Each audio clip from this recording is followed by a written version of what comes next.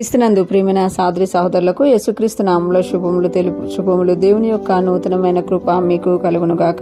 ఈరోజు దేవుడు మనకిచ్చిన మాట ద్వితీయోపదేశ కాండం 5వ అధ్యాయం 15వ వచనం. నీవు ఐగుప్తు దేశమందు దాసుడివై ఉన్నప్పుడు నీ దేవుడైన యెహోవా బాహుబలం చేతను చాచిన చేతి చేతను నిన్ను అక్కడ నుండి రప్పించినని జ్ఞాపకం చేసుకొనుము. అందుచేతను విశ్రాంతి దినము ఆచరింపవలనని నీ దేవుడైన యెహోవా నీకు ఆజ్ఞాపించెను. ఈ మాటలు మనం ద్వితీయోపదేశ కాండం చూస్తున్నాము. దేవుడు ఇక్కడ తెలియచేస్తున్నారు కదా, నీవు ఐగుప్తు దేశంలో దాసుడువై ఉన్నప్పుడు అంటే ఇశ్రాయేలీలకి జ్ఞాపకం చేస్తున్నారు. మీరు ఎక్కడి నుండి వచ్చారు, ఎలా ఉండి వచ్చారు అనేది ఇక్కడ తెలియచేస్తున్నారు కదా. నువ్వు ఐగుప్తు దేశంలో ఒక దాసుడుగా ఉండేవాడివి, అంటే లోకానికి నువ్వు ఒక దాసుడుగా ఉన్నావు అని ఇక్కడ తెలియచేస్తున్నమాట. నీ దేవుడైన యెహోవా బాహుబలము చేతను చాచిన చేతి చేతను నిన్ను అక్కడ నుండి రప్పించినని జ్ఞాపకం చేసుకొనుము.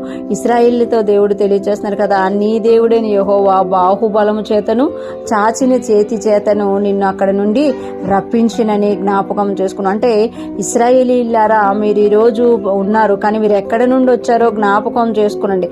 మీరు ఒకప్పుడు దాసులై ఉన్నప్పుడు మీ దేవుడైన యెహోవా బాహుబలం చేత, ఆయన బాహుబలం చేత, ఆయన చాచిన చేతి చేత మిమ్మల్ని అక్కడ నుండి విడిపించి రప్పించి ఉన్నారని జ్ఞాపకం చేసుకోవాలి అని తెలియచేస్తున్నారు. అంతేకాకుండా ఎందుకు జ్ఞాపకం చేసుకోవాలంట, అందుచేతను విశ్రాంతి దినమును ఆచరింపవలనని నీ దేవుడైన యెహోవా నీకు ఆజ్ఞాపించాను.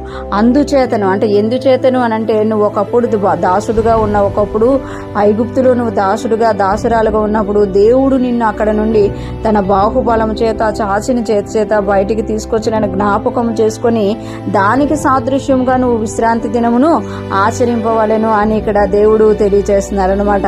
అలాగే మన జీవితాల్లో కూడా మనం ఒకప్పుడు లోకానికి పాపానికి చీకటిలో బానిసలమై ఉన్నప్పుడు, దాసులమై ఉన్నప్పుడు తన సొంత కుమారుడినిచ్చి మనల్ని అక్కడ నుండి బయటికి తీసుకొచ్చారు అని మనము జ్ఞాపకం చేసుకోవాలి. మనం ఎప్పుడైతే అలాగ జ్ఞాపకం చేసుకుంటామో ఎప్పుడూ కూడా విశ్రాంతి దినాన్ని అంటే పునరుత్థానపు దినాన్ని మనము స్కిప్ చేయమన్నమాట. పునరుత్థానపు దినమున మనం ఎందుకు వెళ్ళాలి అని అంటే, మనం తెలియచేస్తున్నామంట, నేను ఒకప్పుడు చీకటిలో ఉన్నప్పుడు, నేను ఒకప్పుడు పాపంలో ఉన్నప్పుడు, లోకంలో ఉన్నప్పుడు దేవుడు నన్ను తన కుమారుడినిచ్చి తన కుమారుడిని బలియాగము చేసి ఆ రక్తం ద్వారా నా పాపమును కడిగి ఆ చీకటిలో నుండి నన్ను బయటికి తీసుకొని వచ్చినందుకు నేను ప్రతి పునరుత్థానపు దినమున దేవుని సన్నిధికి వెళ్ళి ఆయన ఆరాధిస్తాను, ఆయన కొనియాడుతాను, ఆయన చెప్పే మాటలు విని ఆ మాటల ప్రకారం నేను జీవిస్తాను అని మనం జ్ఞాపకం చేసుకొని దాని ప్రకారం నడవాలంట. ఇశ్రాయేలీనైతే దేవుడు ఐగుప్తు దేశంలో నుండి బయటికి తీసుకొచ్చారు.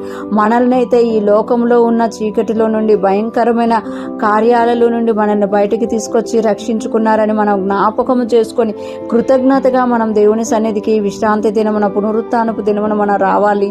కృతజ్ఞతా స్తోత్రములతో ఆయన మందిరంలో మనము ప్రవేశించాలి. అప్పుడు ఆయన మందిరంలో ఉన్న ఆశీర్వాదాల చేత మనము తృప్తిపరచబడతాము. అటువంటి గొప్ప కృపా జ్ఞానం మనందరము కలిగి దేవుణ్ణి జ్ఞాపకం చేసుకుంటూ, ఆయన చేసిన కార్యాలను జ్ఞాపకం చేసుకుంటూ పునరుత్థానపు దినమున మందిరమునకు వెళ్తూ ఆరాధించుదుముగాక. ఆయన ఇచ్చే ఆశీర్వాదాలతో మనము వర్ధిల్లుదుముగాక. ఆమేన్.